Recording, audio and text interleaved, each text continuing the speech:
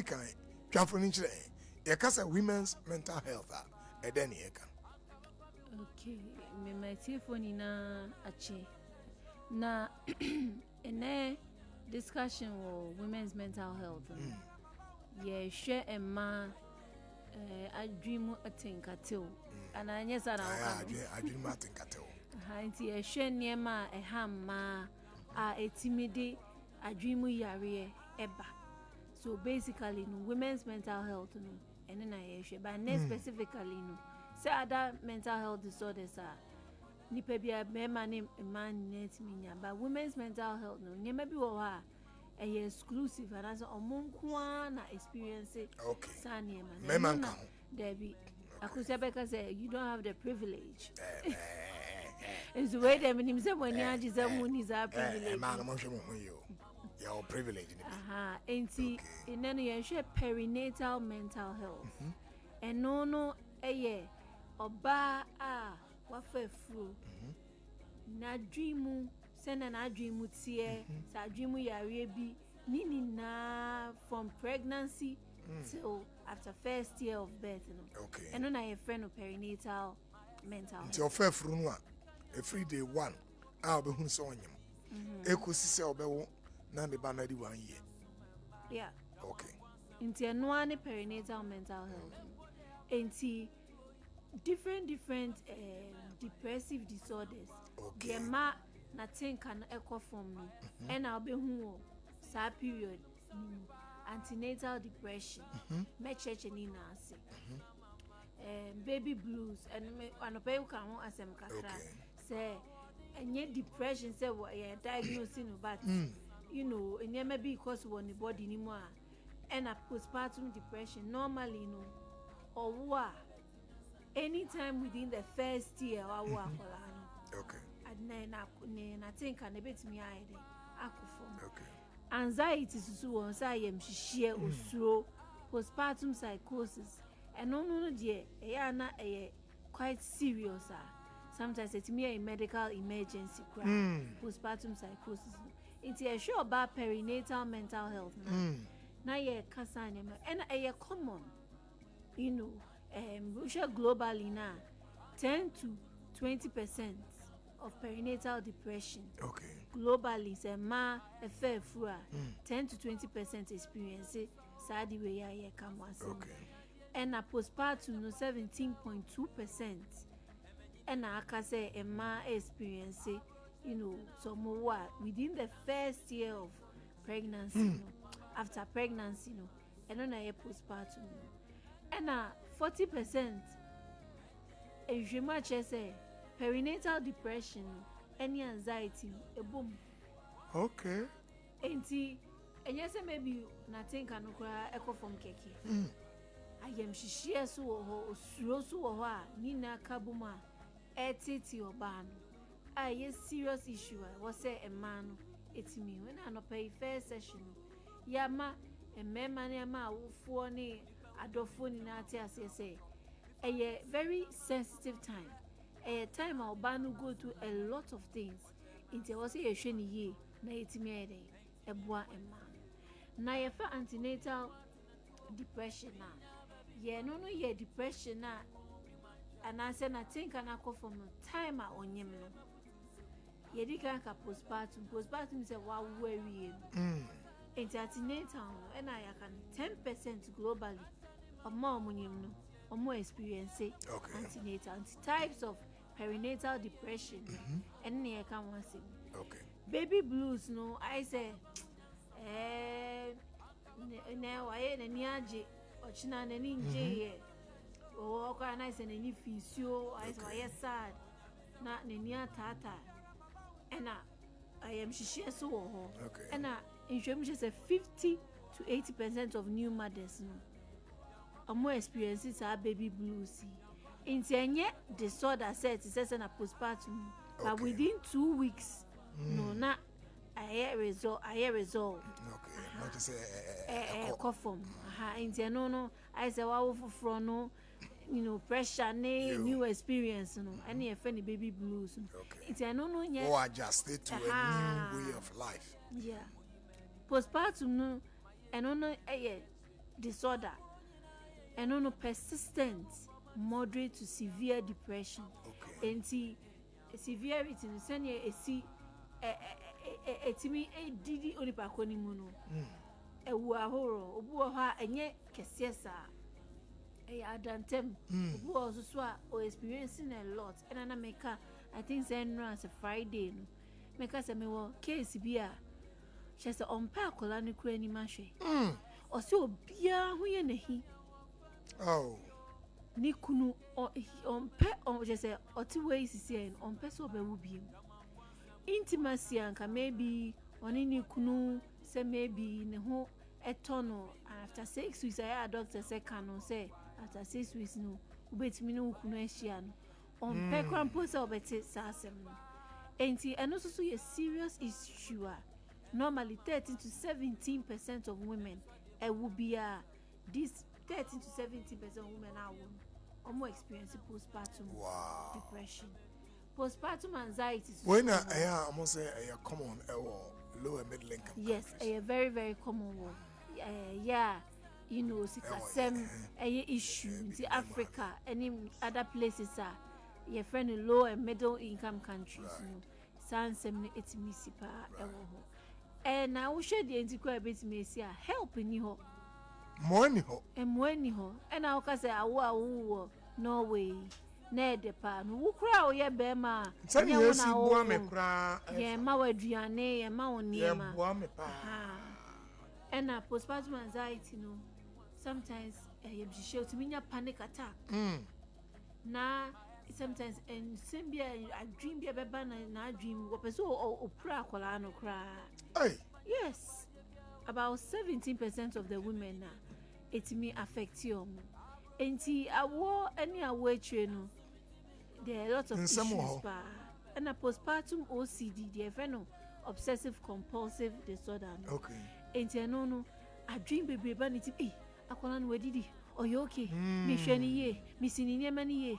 I see any say, but they need to ye into on to me relax. Oh, yeah, no, a sack or check is all ye year. Why expressing milk? And I'm expressing being come home. Nini na ya dear it's me a day. Eba or ban the so during the time eden wawo ne bano. And a postpartum psychosis. And we much say and no so be bresa says and I'll be who 13% to 17% for postpartum. Okay. And I'll be who 10% to 20% for antenatal depression. Okay. But and also so a very serious issue. Psychosis no. Last time I near a mental disorder say chair and say, Sanko from a muhu near ma. Yeah, real. Sama ain't real. It's maybe or say, you'll be catch and say, a colano cry a bay for, and I'll be a colano ye, bibia, a baby, a tates and a bravo. And you will believe in ye maybe say, or no crampono, a wow back on so dreams of our me and son. All kinds of things, and near my anyhow, assume. I was me come at here for what I say. I deal with a psychiatric emergency. Okay. A medical emergency. And yeah, dear, Obaka so a beco. Who say, oh, yerin an answer will nip near baby, who sister be, what fast be, experiencing ye maybe, sir. Or see your tin sem, or be a soon cashe, or see or gin maybe di, or who near maybe. A medical emergency. I was a wooden contem. Na eno no nye kasa ne de medication ne ade ansa kasa na bem because ene ma no ohu ni we no e wo se yetimi ede e so anu first ansa emu abi wo ha se kasa chair na bibi nti that time no so wo ye na unua ba bia ohia hospital admission ena ohia se nipa so ba boa no e wo fie na maybe obi obeso akola nim till onipa kono ebe ye okay until baby blues no say ye share difference a woman say ye share difference obi ka say baby blues no better than mehu say we baby blues okay na we postpartum depression and na we postpartum psychosis okay baby blues no normally 2 to 5 days after birth that's the duration time a destabilizer my womb. Mothers be a common thing.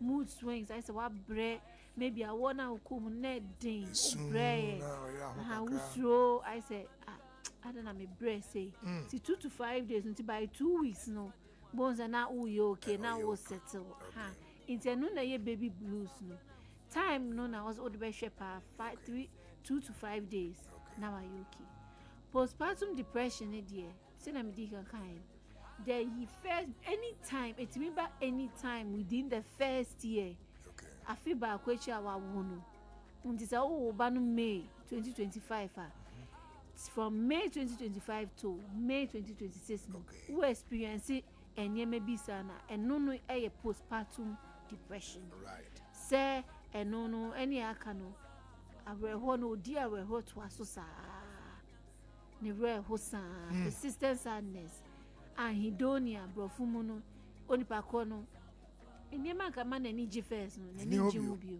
me case ya make o si che say bibia ye na bufu eni ma na ni gi no o guilt so ka ho no atwe ne ho ontimi ni akola ne mbonde sometimes ko o person ye ne ho boni bi ni na postpartum ho no na action I was you take as for baby blues no there only back on your support na your boy no say oh don't worry oh yeah dear we who so kakra on back on your fine but postpartum no there I was say maybe only back make here say on counselor na say psychologist ebe kasa sometimes no say depression is severe medication kwa hu here say maybe ebe man edru a ebe man think anu akosoro kakra na say wo boa no wo fie na wo so ni mu na wo support and ye treatable ubetimi aso anu entima awofo na say omo a oma wofoforo ne ma oma wofoforo nka say na de a menye ikwa ebe koni na postpartum psychosis nso de eno no within 2 weeks awa wo no eno so ye emergency pa me kai say e trust hospital na case bi sa ba ni I was a papa ni kunu ntema ofre oba ne mame ti esa after omuko ofin esa ji oba no to obe 1 month because na niema na o experiencing na emwa wa ye confused inti akola no hwe krampo no ontumi inti ohun niema eni ho kasa ensem bi o ka no mo hwa emfa kwa mu ni mood swings no o yesa da no asa ye happy na chese eni so enti eno so na obetimi epra akola no kra enti eno na ye postpartum enti e was ye di ne to hospital emergency to be a medical emergency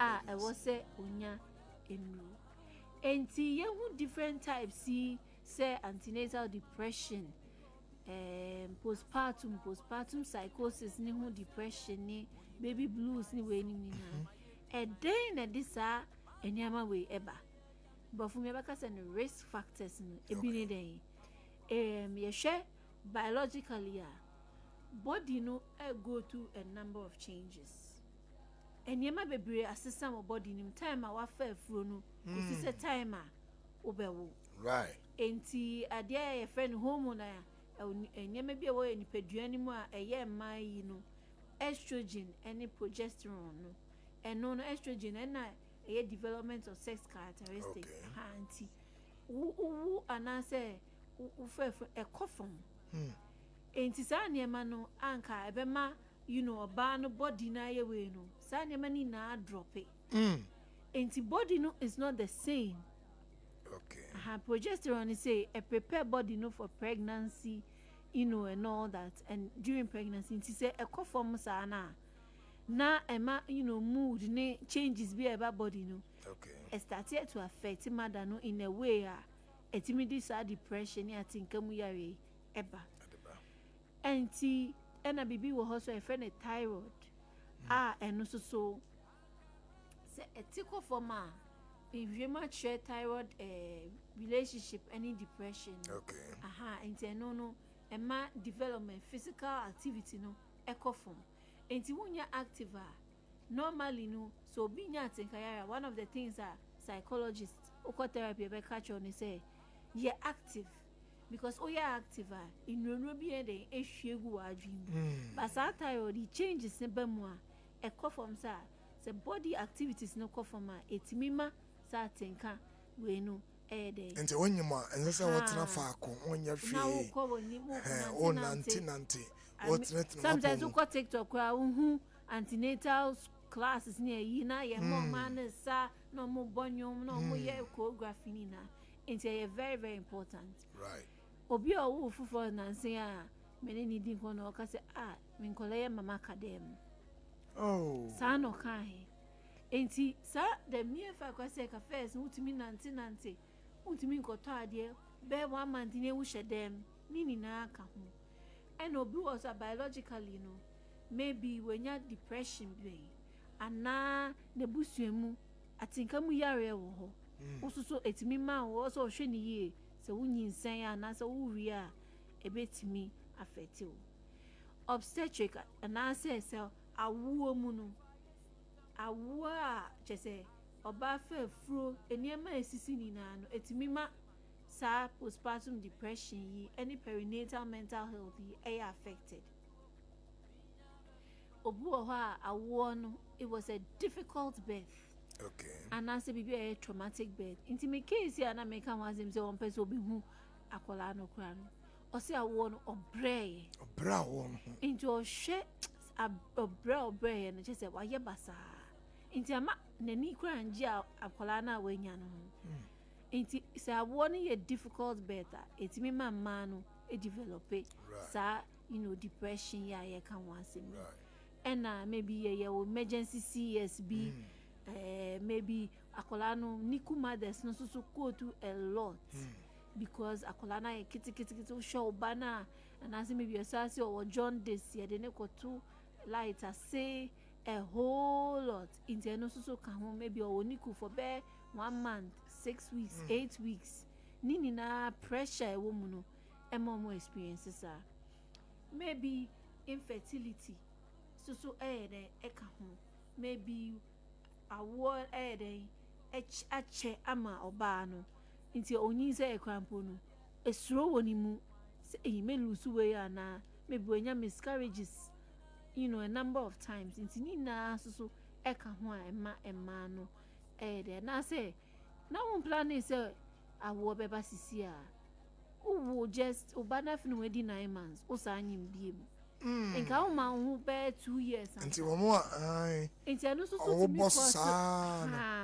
okay psychologically so maybe when you depression pain we obi a we before obenyin say no unya depression and as when you I am anxiety disorders we obi a we perfectionist nti wonyem no uto think akra bia na de na man say ade na man ni say na wa ye basa and I said we trauma experience be we low self-esteem and our expectations be a war a bro so motherhood no unya now do say me wa me say but wo ye be complications into won't me kra nante nini na me affect you socially so ukunu mwa uni obi a also mu okuka bibia also wo kire wo hu issues or intimate personal violence. Okay, so obi ni kunu na obro no oyana yakayaka de nini na ka ho timi mama no e go to such issues. Isolation onu kwa na ehwe akola no. Okay. Ni kunu mani sika sem so ye one of the issues burden ma hwe akola no.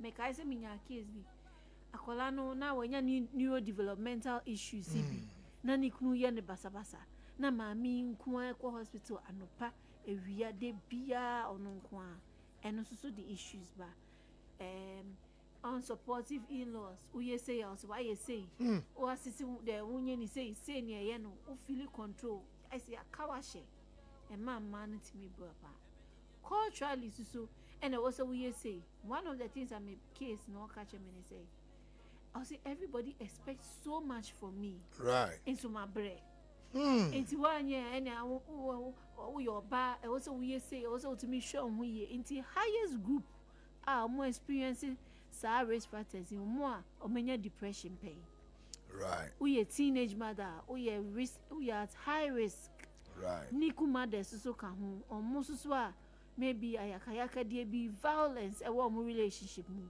and a single and isolated mothers. Listen, boy, and thanks for such an elaborate way. Boy, what should we look out for?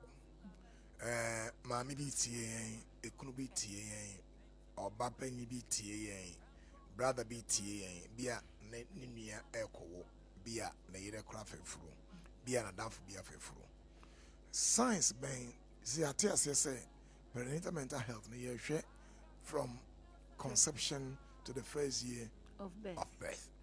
And the science ben and say ye may ni ko ho na ye hu sa science na ye de hu say baby o ho a e bit me aha ye no ma ya ewe na yes ma. What are the signs? First thing I make emotional signs no? Right.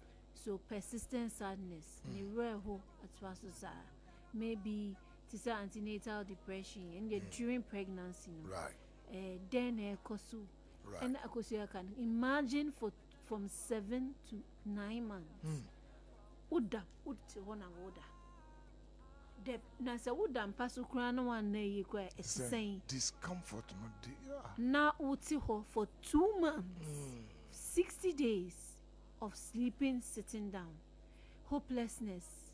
I said just who say papa bi kwa be fi ade we mu aba ebufuo kitten unye ne hwe anase bibia nsi a no ha na nani so atata wo su maybe on wo fofo no because I want to mean nye maybe obu akwa no fusuo ne manti no ofili so a bad mother.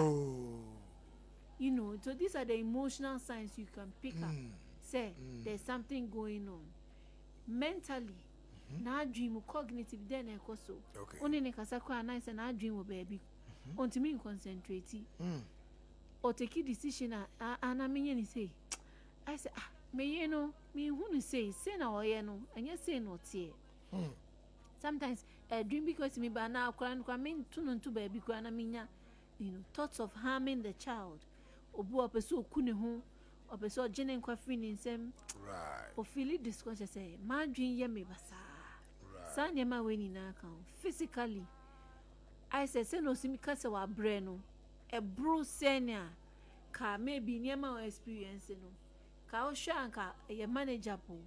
Maybe or more, maybe ne mame one in chain, maybe ni nua kitwa one in chain. Or buano or timida me ba a fear mi soni musu still. Send us kasa wa breno. A bro so kakranti severe fatigue, tiredness, sleep problems untimi na e wo mu se wo a untimi na ti se na oda but say maybe kwa obia so akola ni mu na still untimi na no ana say onyem no still untimi na so mo ni ko no e wo so when ko no appetite changes you know headaches ni ade ni na aka ho so wo hwe na enye medical no we hu say okay bibi e dey e koso wo ni pedua ni mu bonding where they are normally when akwala na bury no oni akwala na intimi mo they say no be so ni mu my baby oh me do my son no oni ni di agro akwala ne da ho no hwe akwala oh hen sa o ti wo no hwe akwala na obi say mami ade na oni ni di agro ka o wo ye na ni nyi ana e be ka say ai na aden nyame ache wade ya ye kasa nsem ya ye nya abutire because we need me kosu woni pa konimu why na empeso benyaba if Africa has say obebia warrior most of the women peso nyaba itemba hu say bibi kosu otimi fini kwasa akola no kwa enye ne dia on sha akola no on man no fo nini na otimi ni akola ne bonde ne behavior so o twene ho make see there just if was a category or say maybe na say na say ne ma me rest kakra na obi obeba ne rest kakra no atwe ne ho ntem opese o ye alone opese obi abeha na adwen nti onu nkwa ya na o hihye dem ka maybe o abepie na maybe e bon komo kakra na ma wahu unye futu about say na obetimi manage wo no no hye no su na ne bu afu na o tietiem you know on hwene ho onware se na nka wo so ono so hwene ho fa no onye sa Enyeme bi a eye warning sign say red flag a uhu a echel say e bo kokko say there bi e wo say wo hwa ade en serious say wo hwa opeso onu medru kwa na nko wu kura wi ase obu a owo no chese bra ye ete sa wonya ye ontimi nante ne ho hyehye no ne ho ye ne basabasa insem bebre thought of harming the baby Usha ni ya oye no ontimi ni akola ne mbodi onya akoba ya akola ne bibi postpartum psychosis bi hallucinations ohun niema otin niema eni ho ni belief system aye bibi ogidi se ono na eja wawo miensa so wawo baako ni na severe confusion na adwene ye ne basabasa ubusa na sema answer ode ma on say no enkoyi ni na ye me nti we ye red flags a awofo uye parent awbawo uye asiba ukunu anase uye husband uye brother or sister awo ubehwe sanyema we na sanyema wa call for help immediately to assist nipano President so mama oman for Bresla and boy